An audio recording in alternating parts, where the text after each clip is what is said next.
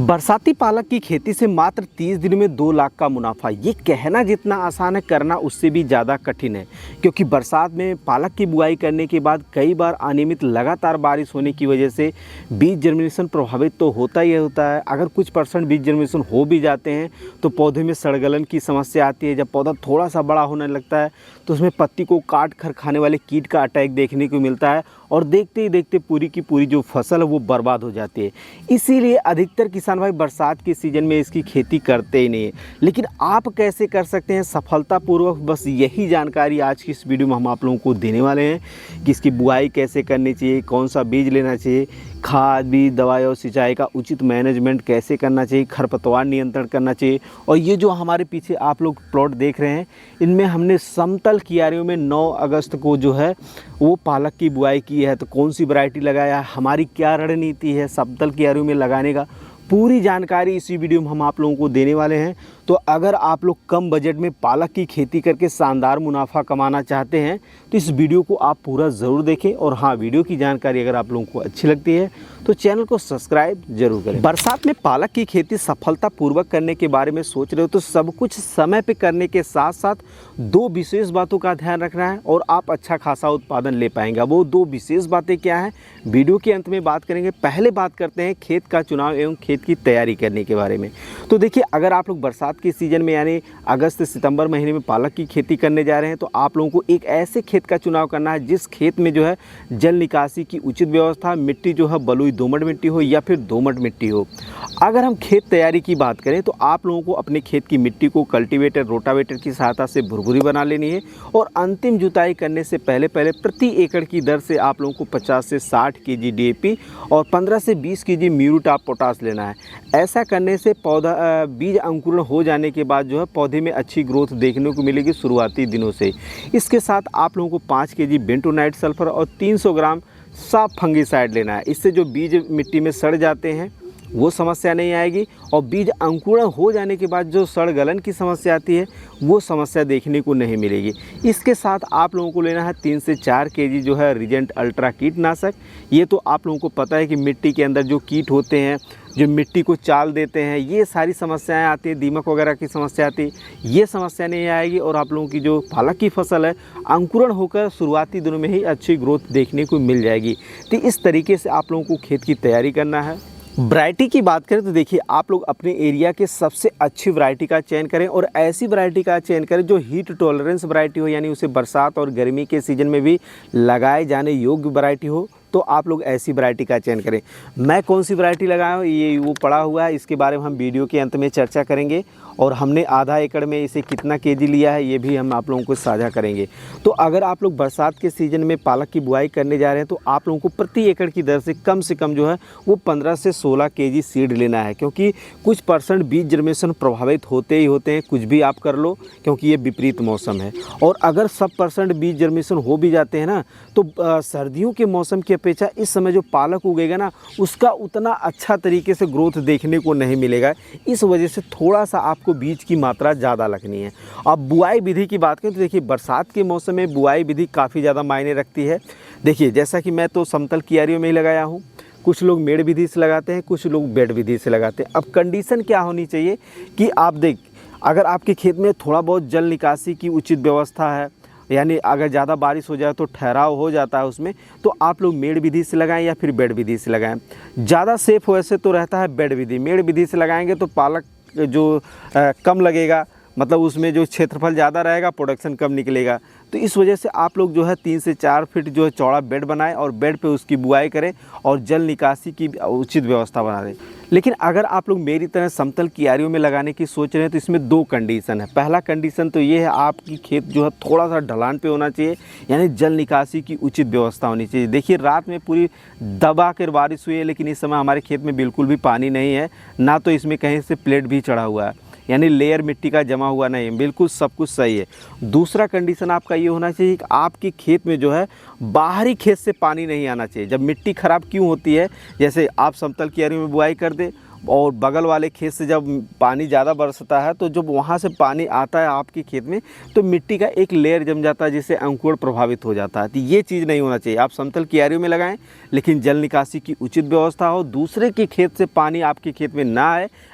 ऐसे कंडीशन में आप लोग जो है समतल क्यारियों में भी बुआई कर सकते हैं। इसमें लागत बहुत ही कम आता है। तो हमने जो है अपने समतल क्यारियों में इसकी बुआई किया है और आधा एकड़ में हमने जो यहाँ पे 9 केजी बीज लिया है। इन बीज की मात्रा थोड़ा ज़्यादा, अरे घनी हो जाएगी कोई दिक्कत नहीं, लेकिन अगर दूरी पर हो जाएगा तो हमारा प्रति एकड़ जो उत्पादन निकल कर आता है वो प्रभावित होगा, जिससे हमें आमदनी कम देखने को मिलेगी। अब बात करते हैं खरपतवार नियंत्रण के बारे में। बरसाती पालक की बुआई करने जा रहे हैं तो हमें खरपतवार नियंत्रण करने की क्या रणनीति रखनी चाहिए।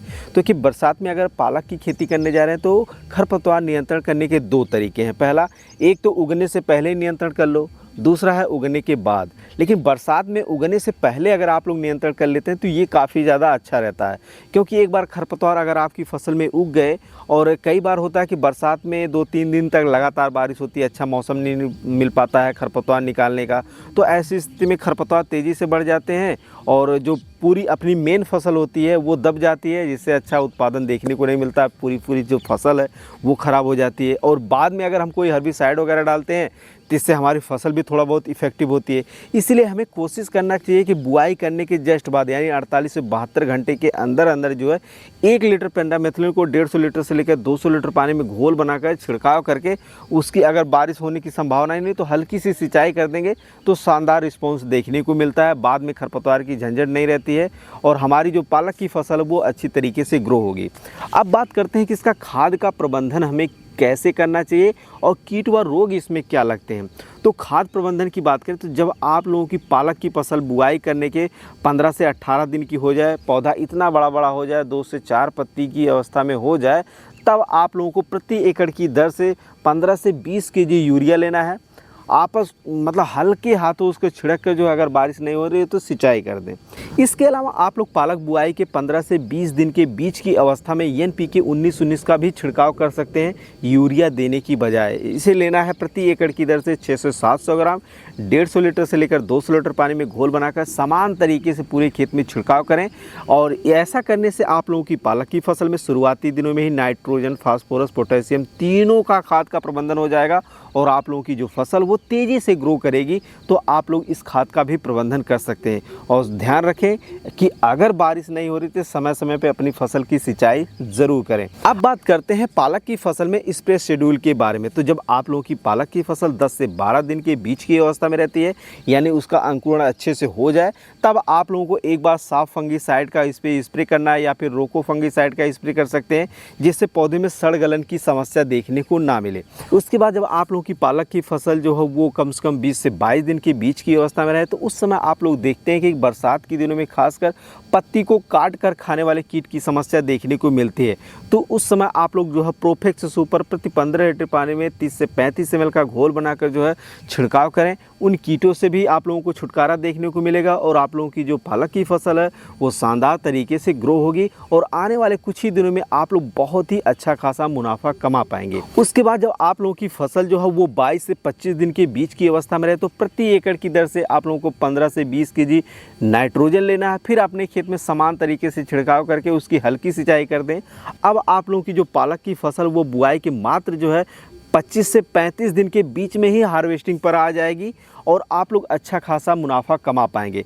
अगर हम उत्पादन की बात करें तो देखिए अलग अलग कंडीशन में अलग अलग उत्पादन देखने को मिलता है।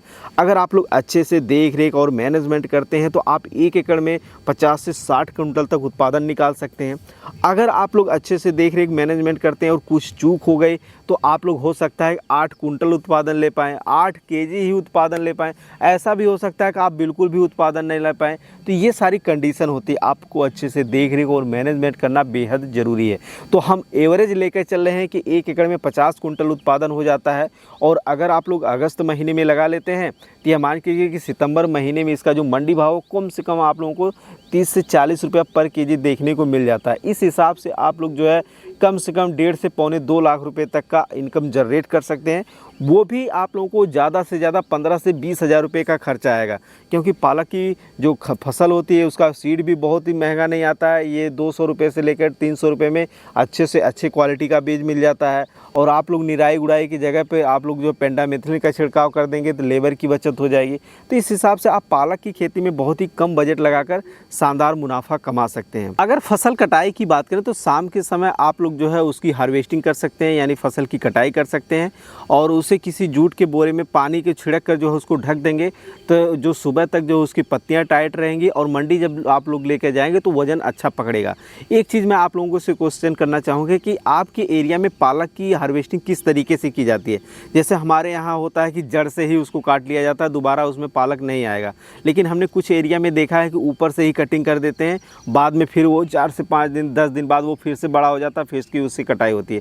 तो आपके एरिया में कौन सी विधि अपनाई जाती है ये कमेंट में ज़रूर जानकारी साझा करें, क्योंकि अगर आप लोग बार बार कटाई करेंगे तो इससे आप लोगों का जो हार्वेस्टिंग की मात्रा है वो ज़्यादा निकल कर आएगी। जैसे नॉर्मल किसान अगर 50 कुंटल ले रहा है तो आप 60 से 70 कुंटल तक भी लेके जा सकते हैं, क्योंकि आप लोग जो है बार बार कटाई करेंगे। अब बात करते हैं कि हम कौन सी वैरायटी लगाए हुए हैं और हमें क्या क्या सावधानी रखनी चाहिए।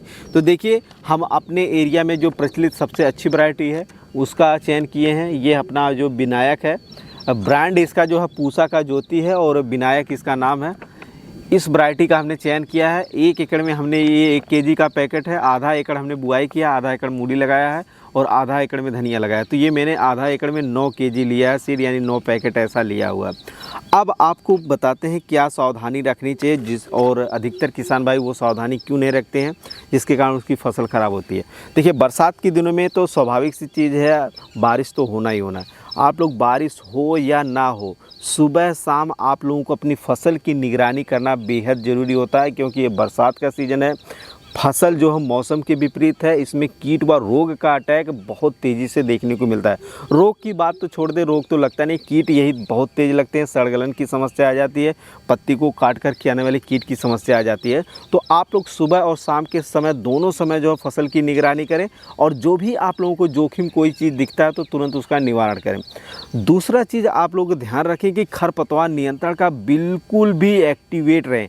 अगर आप लोग पेंडामिथलिन नहीं डाल पाए हैं तो जब आप लोगों की खरपतवार थोड़ी थोड़ी बड़ी हो जाए तभी आप लोग कोशिश करें कि हर्बिसाइड डालेंगे या हाथ से निकालेंगे, कुछ भी करेंगे, लेकिन जल्दी से जल्दी उसे निकालें, क्योंकि अगर एक बार खरपतवार उसमें बड़ा हो गया ना तो पूरी फसल दब जाएगी और खरपतवार हो जाने के कारण आपकी जो फसल है उसमें पत्ती को काट कर खाने वाले कीट का भी तेज़ी से अटैक देखने को मिलता है और फसलें बर्बाद हो जाती है।